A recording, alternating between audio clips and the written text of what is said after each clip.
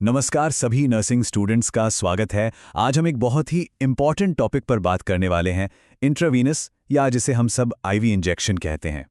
देखिए, ये एक ऐसा स्किल है जो नर्सिंग प्रैक्टिस में रोज काम आता है। तो चलिए शुरुआत एक चौंकाने वाली बात से करते हैं। क्या आपको पता है, institute for safe medication practices ने 2018 में एक सर्वे किया था और उसमें यह पता चला कि कई प्रैक्टिशनर्स आईवी पुश मेडिकेशंस के लिए अनसेफ प्रैक्टिसेस का इस्तेमाल कर रहे थे। सोचिए, इससे मरीजों की सेफ्टी को कितना बड़ा खतरा हो सकता है। तो सवाल ये उठता है कि नर्सिंग का एक इतना कॉमन प्रोसीजर, इतना एरर प्रोन, मतलब इसमें इतनी गलतियों की गुंजाइश कैसे हो सकती है? इसी सवाल का जवाब ढूंढने और पेशेंट सेफ्टी को पक्का करने के लिए हमें इस प्रोसीजर को बहुत ध्यान से स्टेप बाय स्टेप समझना होगा। तो इसका जवाब हमें मिलेगा जब हमारी बुनियाद, हमारा फाउंडेशन मजबूत होगा। तो चलिए सबसे पहले सेफ आईवी थेरेपी के बेसिक प्रिंसिपल से ही शुरू करते हैं। देखिए, आईवी एडमिनिस्ट्रेशन के मोटे तौर पर 3 तरीके होते हैं। पहला है आईवी पुश या बोलस। इसे ऐसे समझिए जैसे क्विक शॉट, जब दवा को जल्दी से कुछ सेकंड्स या मिनटों में देना हो। दूसरा है आईवी इन्फ्यूजन। ये एक स्लो एंड स्टेडी तरीका है जब दवा को लगातार लंबे समय तक देना होता है, जैसे कि ड्रिप्स। और तीसरा है इंटरमिटेंट इन्फ्यूजन, जिसे पिगी बैग भी कहते हैं। यह तब इस्तेमाल होता है जब दवा को एक फिक्स टाइम इंटरवल पर देना हो, जैसे हर 6 घंटे पर एंटीबायोटिक। अच्छा, अब बात आती है कि आईवी लगाना कहाँ है। तो सबसे कॉमन और प्रिफर्ड साइट्स हमारे अपर एक्सट्रेमिटीज यानी हाथ और बाह की नसें होती हैं। इसमें सिफेलिक वेन और बैसिलिक वेन सबसे ज्यादा इस्तेमाल होती हैं। क्यों? क्योंकि ये आसानी से मिल जाती हैं, सीधी होती हैं और मरीज को भी कम तकलीफ होती है। एक सही नस चुनना जो स्थिर हो, मोटी हो, ये कामयाब और सेफ आईवी प्रोसीजर की पहली सीढ़ी है। अगर नस सही होगी तो कैन्युला आराम से अंदर जाएगा और इन्फिल्ट्रेशन जैसी कॉम्प्लिकेशंस का खतरा भी कम हो जाएगा। किसी भी प्रोसीजर से पहले तैयारी सबसे जरूरी है। तो आपके पास सारा सामान तैयार होना चाहिए। प्रिस्क्राइब्ड दवा, सही साइज की सिरिंज और नीडल, एंटीसेप्टिक स्वॉब्स, टर्निकेट, साफ ग्लव्स, गॉज और ड्रेसिंग, और हाँ, सेफ्टी फर्स्ट, इस्तेमाल की हुई सुइयों के लिए एक शार्प्स कंटेनर। ये सब कुछ आपके ट्रे में रेडी होना चाहिए। तो चलिए, थ्योरी की बात तो हो गई, अब आते हैं असल काम पर, द प्रोसीजर। देखते हैं कि इसे एकदम प्रिसीजन के साथ सही तरीके से कैसे करना है।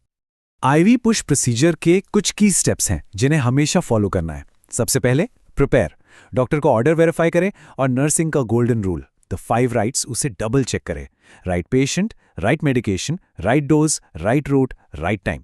फिर आती है साइट सिलेक्शन की बारी। वेन को अच्छे से पैल्पेट करें, उसके बाद एडमिनिस्टर, नीडल इंसर्ट करें, प्लेसमेंट कंफर्म करें और प्रिस्क्राइब्ड रेट पर दवा दें। और आखिर में फ्लश एंड सिक्योर, लाइन को सेलाइन से फ्लश करें, साइट को सिक्योर करें और हाँ, सबसे जरूरी, तुरंत डॉक्यूमेंटेशन करें। एक बात हमेशा याद रखनी है, सिरिंज को आईवी पोर्ट से जोड़ने से लेकर दवा पुश करने तक हर एक स्टेप में एसेप्टिक टेक्निक को सख्ती से फॉलो करना है। मतलब सब कुछ एकदम सेप्सिस फ्री, स्टेराइल होना चाहिए। जरा सी भी लापरवाही इन्फेक्शन का कारण बन सकती है। प्रिसीजन सिर्फ हाथ में नहीं, दिमाग में भी होनी चाहिए।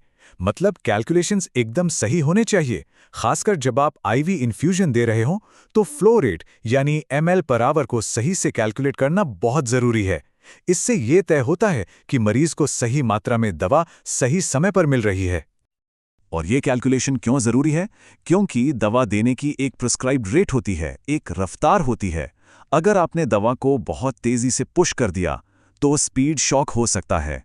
ये एक बहुत ही सीरियस और जानलेवा कॉम्प्लिकेशन है। तो हमेशा प्रिस्क्राइब्ड रेट को फॉलो करें। अब देखिए, आप कितना भी ध्यान रखें, कभी कभी कॉम्प्लिकेशंस हो सकती हैं। इसलिए प्रोसीजर के दौरान और बाद में भी हमें हमेशा चौकन्ना रहना होता है, विजिलेंट रहना होता है। 2 सबसे कॉमन कॉम्प्लिकेशंस हैं इन्फिल्ट्रेशन और फ्लेबाइटिस। इन्फिल्ट्रेशन में क्या होता है? दवा नस से निकलकर आसपास के टिश्यू में चली जाती है, जिससे वहां सूजन और ठंडक महसूस होती है। और फ्लेबाइटिस मतलब वेन में सूजन, जिसमें नस के आसपास लालिमा, दर्द और गर्माहट होती है। इन दोनों के साइंस को पहचानना और तुरंत इन्फ्यूजन रोककर सही मैनेजमेंट करना ये बहुत जरूरी है।